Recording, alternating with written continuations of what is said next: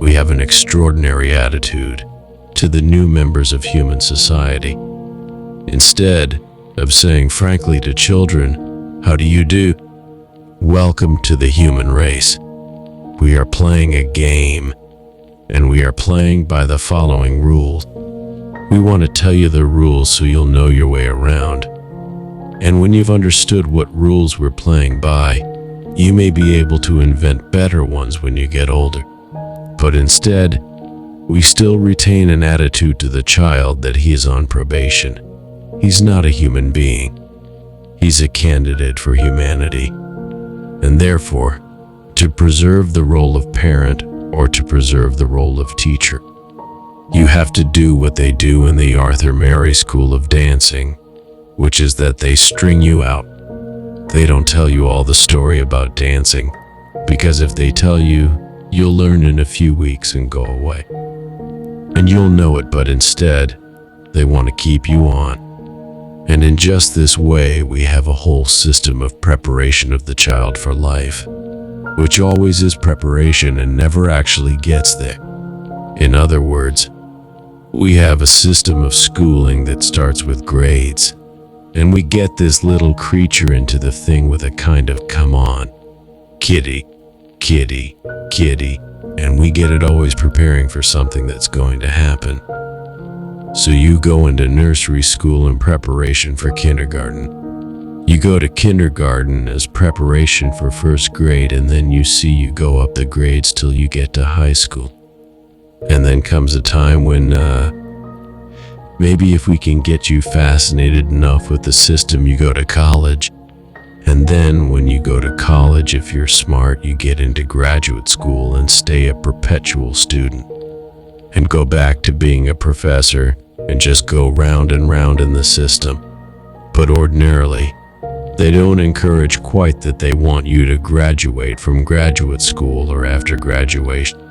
Commencement, as it's called, beginning to get out into the world with a capital W. And so you've been trained for this, and now you've arrived. But when you get out into the world at your first sales meeting, they've got the same thing going again, because they want you to make that quota.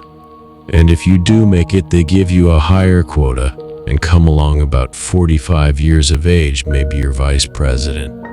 And you suddenly dawn on you that you've arrived with a certain sense of having been cheated, because life feels the same as it always felt, and you are conditioned to be in desperate need of a future. So the final goal that this culture prepares for us is called retirement, when you will be a senior citizen and you will have the wealth and the leisure to do what you always wanted.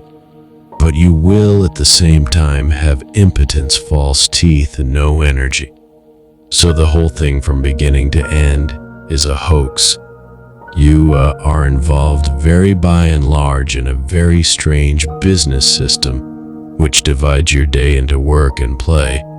Work is something that everybody does, and you get paid to do it because nobody could care less about doing it.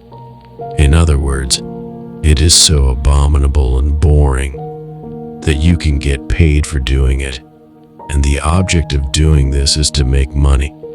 And the object of making money is to go home and enjoy the money that you've made. When you've got it, you see, you can buy pleasure, and that this is a complete fallacy. Money never can be bought by pleasure, because all pleasures depend upon not putting down a symbol of power or money, but upon discipline. In other words, now in Cerrito, where I live, we have pier after pier full of fine boats, motor cruisers, sailing boats, all sorts of things, which nobody ever uses because they've been bought on the falling for the ad line that if you buy this thing, you will have pleasure. You will have status. You will have something or other. But then they suddenly discover that having a boat requires the art of seamanship, which is difficult but rewarding. Therefore, nobody has time for it, and all they do with the boats is have cocktail parties on them at the weekend.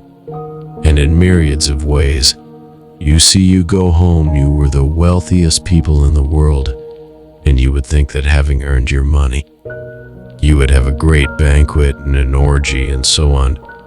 But nobody does. They eat a TV dinner, which is just a warmed over airline food, and then they spend the evening looking at an electronic reproduction of life, which is divided from you by a glass screen. You can't touch it, you can't smell it, and you have a strange feeling. You see that the whole procession of grades that was leading to something in the future, to that goodie, that gorgeous, voluptuous goodie that was lying at the end of the line, never quite turns up. And this is because from the beginning we condition our children to a defective sense of identity. And this, I think, is the most important feature in the whole thing, that a child grows into our culture.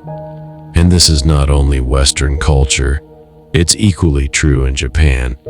We condition the child in a way that sets the child an insoluble life problem, and therefore attended by constant frustration.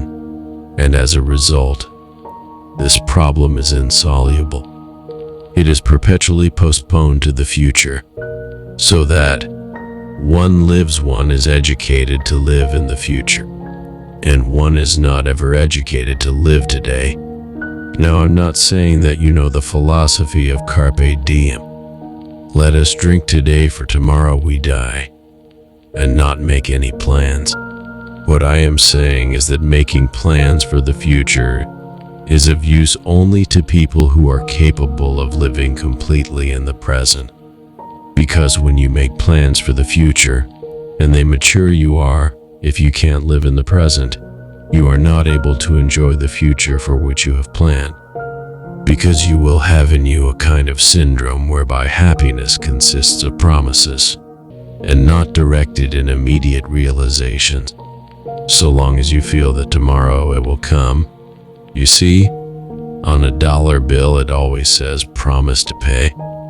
It's a promissory note, and nobody ever can come across, because the promise is tomorrow, and as we say in common speech, tomorrow never come. But everything is based on the idea you see that you will get it tomorrow, and you can enjoy yourself today so long as tomorrow looks bright. But Confucius once said, "A man who understands the Tao in the morning can die contentedly in the evening." That is to say, if you have ever lived one complete moment, you can be ready to die. You can say, well, that was it, that was the good that I've had. You see? But if you never live that complete moment, death is always a guy who comes into a bar at 2 a.m. and says, "Time, gentlemen, please." And you say, "Oh, please, one more drink." Not yet, because you haven't had the feeling that you ever had it. You got there.